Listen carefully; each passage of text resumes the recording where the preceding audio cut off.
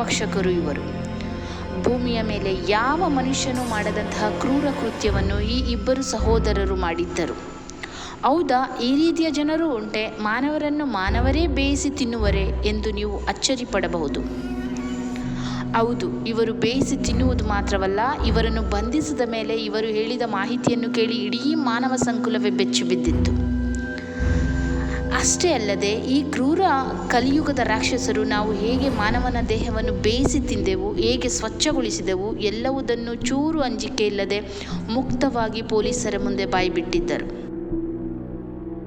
ಈ ಸತ್ಯಘಟನೆಯನ್ನು ತಿಳಿಯಲು ಪೂರ್ತಿ ವಿಡಿಯೋ ನೋಡಿ. ಹಾಗೆಯೇ ಇದುವರೆಗೂ ಯಾರೆಲ್ಲ ನನ್ನ ಚಾನಲ್ನ ಸಬ್ಸ್ಕ್ರೈಬ್ ಮಾಡಿಲ್ಲವೋ ಸಬ್ಸ್ಕ್ರೈಬ್ ಮಾಡಿಕೊಳ್ಳಿ ಮತ್ತು ವಿಡಿಯೋನ ಸ್ಕಿಪ್ ಮಾಡದೆ ಕೊನೆಯವರೆಗೂ ನೋಡಿ. 2011ರಲ್ಲಿ ಪಾಕಿಸ್ತಾನದ ಇಸ್ಲಾಮಾಬಾದಿನ ಸುಮಾರು 200 ಕಿಲೋಮೀಟರ್ ದೂರದಲ್ಲಿರುವ ದಲಿಯಾ ಖಾನ್ ಎಂಬ ಇಲಾಖೆಯಲ್ಲಿ ನಡೆದ ಒಂದು ನೈಜ ಘಟನೆ ಇದು. ಈ ಪ್ರದೇಶ ಅತಿ ಹೆಚ್ಚು ಅಭಿವೃದ್ಧಿ ಹೊಂದದ ಸ್ಥಳವಾಗಿತ್ತು. ಹಾಗೆಯೇ ಅತಿ ಕಡಿಮೆ ಜನಸಂಖ್ಯೆ ಇದ್ದಂತಹ ಪ್ರದೇಶವೂ ಸಹ ಆಗಿತ್ತು. ಇಲ್ಲಿ ಸುಮಾರು 35ರಿಂದ 45 ಆಸುಪಾಸಿನ ಇಬ್ಬರು ಸಹೋದರರಾದ ಆರಿಫ್ ಅಲಿ ಮತ್ತು ಫರ್ಮಾನ್ ಅಲಿ ಎಂಬ ಇಬ್ಬರು ಸಹೋದರರು ತನ್ನ ತಂದೆ ಮತ್ತು ಮಾನಸಿಕ ಅಸ್ವಸ್ಥೆಯಾಗಿದ್ದ ತಂಗಿಯ ಜೊತೆ ವಾಸವಾಗಿದ್ದರು. ಈ ಇಬ್ಬರು ಸಹೋದರರನ್ನು ಕ್ಯಾನಿಬಲ್ ಬ್ರದರ್ಸ್ ಅಂತಲೇ ಕರೆಯಲಾಗುತ್ತೆ, ಅಂದರೆ ನರಭಕ್ಷಕ ಸಹೋದರರು. ಬನ್ನಿ ಇವ್ರು ಮಾಡಿರೋ ಕ್ರೂರ ಕೃತ್ಯದ ಬಗ್ಗೆ ಇಂಚಿಂಚಾಗಿ ತಿಳಿದುಕೊಳ್ಳೋಣ. अपने 2 बच्चों को भी पकाकर खा गए हैं। ये भाई ले आकर पकाकर खाता है जी रात को। अब तक कितने नाशे खा चुके हो? 10-12 तो पानी के साथ साफ करते थे और फिर नमक डालकर उसको पकाते थे। 4 साल थे। पहली नाश किसकी निकाली थी, बच्चे की या बड़े की? रिजवान। कितनी उम्र थी? 4 साल। मेरे जी 2 बच्चे बहुत, उसको धोया जी गर्म पानी में, फिर उबाल कर जी खा लिया। 2011ರಲ್ಲಿ ಸಾಯ್ರಾ ಫರ್ವೀನ್ ಎಂಬ 24 ವರ್ಷದ ಯುವತಿಯು ಕ್ಯಾನ್ಸರ್ನಿಂದ ಸಾವನ್ನಪ್ಪಿರ್ತಾಳೆ. ಆಕೆಯ ಕುಟುಂಬಸ್ಥರು ಅವಳ ಶವವನ್ನು ಸ್ಮಶಾನದಲ್ಲಿ ಊತಿ ಬಂದಿರ್ತಾರೆ. ಮರುದಿನ ಅವರ ಪದ್ಧತಿಯ ಪ್ರಕಾರ ವಿಧಿವಿಧಾನಗಳನ್ನು ನೆರವೇರಿಸಲು ಸಾಯ್ರಾ ಪರ್ವೀನ್ ಕುಟುಂಬಸ್ಥರು ಸ್ಮಶಾನಕ್ಕೆ ಭೇಟಿ ನೀಡ್ತಾರೆ. ಆಗ ಕುಟುಂಬಸ್ಥರಿಗೆ ಒಂದು ಅಚ್ಚರಿ ಕಾದಿರುತ್ತೆ.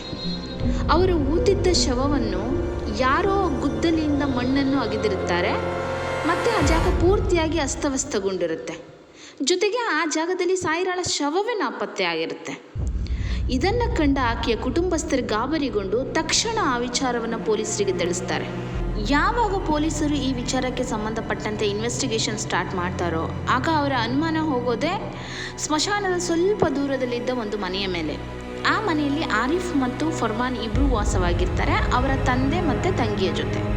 ಪೊಲೀಸರು ಇನ್ವೆಸ್ಟಿಗೇಷನ್ಗೆ ಅವರ ಮನೆಗೆ ಭೇಟಿ ನೀಡಿದಾಗ ಮನೆಯಲ್ಲಿ ಆರಿಫ್ ಮಲಗಿರ್ತಾನೆ, ಫರ್ಮಾನ್ ಬೇರೆ ಎಲ್ಲ ಹೋಗಿರ್ತಾನೆ. ಅವರ ತಂದೆ ಮತ್ತು ತಂಗಿ ಮನೆಯಲ್ಲೇ ಇರ್ತಾರೆ. ಫರ್ಮಾನ್ ಮನೆಯಲ್ಲಿ ಇಲ್ಲದೇ ಇದ್ದಿದ್ದರಿಂದ ಅವನ ರೂಮಿನ ಬೀಗ ಹಾಕಿರುತ್ತೆ. ಆ ರೂಮಿನ ಬೀಗವನ್ನು ಪೊಲೀಸರು ಕೇಳ್ತಾರೆ. ಆದರೆ ಅವ್ರ ಮನೆಯವರೆಲ್ಲ ತಿರಸ್ಕಾರ ಮಾಡ್ತಾರೆ. ಮೊದಲಿಗೆ ಆ ಕೀಯನ್ನು ಅವ್ರು ಕೊಡೋದಿಲ್ಲ. ಯಾವಾಗ ಪೊಲೀಸ್ ಆಫೀಸರ್ಸ್ಗಳು ಫೋರ್ಸ್ ಮಾಡ್ತಾರೋ ಆ ಕೀಯನ್ನು ಕೊಡೋದಕ್ಕೆ, ಆಗ ಮನೆಯವರೆಲ್ಲ ಆ ಕೀಯನ್ನು ಕೊಡ್ತಾರೆ. ಆ ರೂಮಿನ ಬಾಗಿಲನ್ನು ತೆಗೆದಾಗ ಪೊಲೀಸರಿಗೆ ಒಂದು ಅಚ್ಚರಿ ಕಾದಿತ್ತು.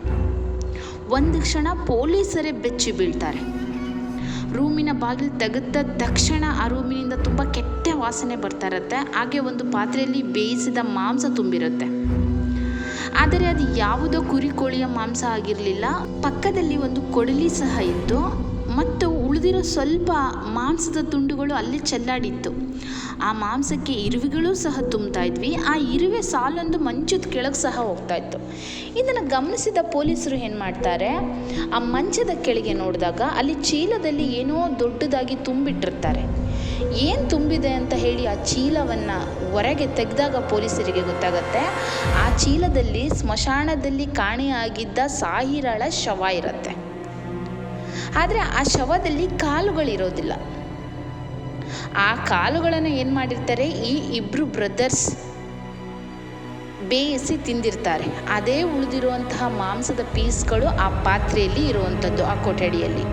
ಅಲ್ಲಿಗೆ ಪೊಲೀಸರಿಗೆ ಕನ್ಫರ್ಮ್ ಆಗುತ್ತೆ, ಆ ರಾತ್ರಿ ಸ್ಮಶಾನದಲ್ಲಿ ಕಾಣೆಯಾದ ಶವವನ್ನು ಕದ್ದಿರೋದು ಈ ಇಬ್ಬರು ಸಹೋದರರೇ. ಆ ಶವದ ಕಾಲನ್ನು ಕಡಿದು ಬೇಯಿಸಿ ತಿಂದಿರುವವರು ಇವರಿಬ್ಬರೇ ಅನ್ನೋವಂಥದ್ದು.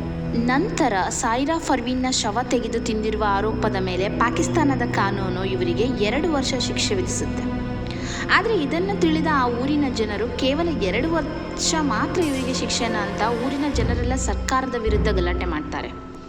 ಆದರೆ ಪಾಕಿಸ್ತಾನದ ಸಂವಿಧಾನದ ಪ್ರಕಾರ ಆ ಸಮಯದಲ್ಲಿ ಕ್ಯಾನಿಬಲ್ಸ್ಗೆ ಅಂದರೆ ನರಭಕ್ಷಕರಿಗೆ ಯಾವುದೇ ಶಿಕ್ಷೆ ಇರೋದಿಲ್ಲ.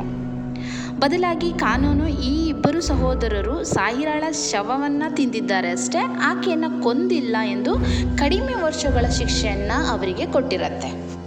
2 ವರ್ಷದ ನಂತರ ಅವರು ಮತ್ತೆ ಬಿಡುಗಡೆ ಆಗ್ತಾರೆ. ಆದರೆ ಅವರ ಮನೆಯ ಸುತ್ತಮುತ್ತ ಮತ್ತೆ ಕೆಟ್ಟ ವಾಸನೆ ಬರ್ತಾ ಇರುತ್ತೆ. ಇದನ್ನು ಗಮನಿಸಿದ ಅಕ್ಕಪಕ್ಕದವರು ಮತ್ತೆ ಪೊಲೀಸರಿಗೆ ಈ ವಿಚಾರವನ್ನು ಇನ್ಫಾರ್ಮ್ ಮಾಡ್ತಾರೆ, ಅಂದರೆ ತಿಳಿಸ್ತಾರೆ. ಆಗ ಪೊಲೀಸ್ ಆಫೀಸರ್ಸ್ ಮತ್ತೆ ಮನೆಯ ತಪಾಸಣೆ ಮಾಡ್ತಾರೆ. ಆಗ 3 ವರ್ಷದ ಮಗುವಿನ ತಲೆ ಆ ಮನೆಯೊಳಗಡೆ ಸಿಗುತ್ತೆ.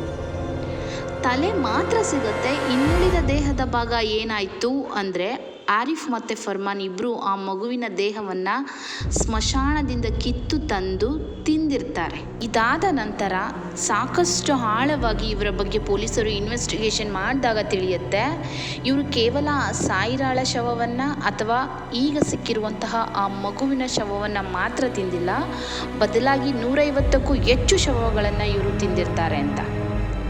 ಹಾಗೆ ಆ ಶವಗಳಲ್ಲಿ ಮಕ್ಕಳು, ದೊಡ್ಡವರು, ಎಲ್ಲ ವಯಸ್ಸಿನವ್ರನ್ನೂ ಸಹ ಇವರು ಸ್ಮಶಾನದಿಂದ ಕಿತ್ತು ತಂದು ತಿಂದಿರ್ತಾರೆ. ಕೇವಲ ಶವಗಳನ್ನು ಮಾತ್ರವಲ್ಲ, ಕೆಲವೊಮ್ಮೆ ನಾಯಿಯನ್ನು ಸಹ ಇವರು ತಿಂದಿರ್ತಾರೆ. ಹಾಗೆ ಇವರು ಶವದ ಬಗ್ಗೆ ವಿವರಣೆ ಕೊಡಬೇಕಾದ್ರೆ ಶವವನ್ನು ಇವರು ಉಪ್ಪು ಹಾಕಿ ಬೇಯಿಸಿ ನಾವು ತಿಂದಿದ್ದೀವಿ ಅಂತ ಸಹ ಹೇಳಿರ್ತಾರೆ.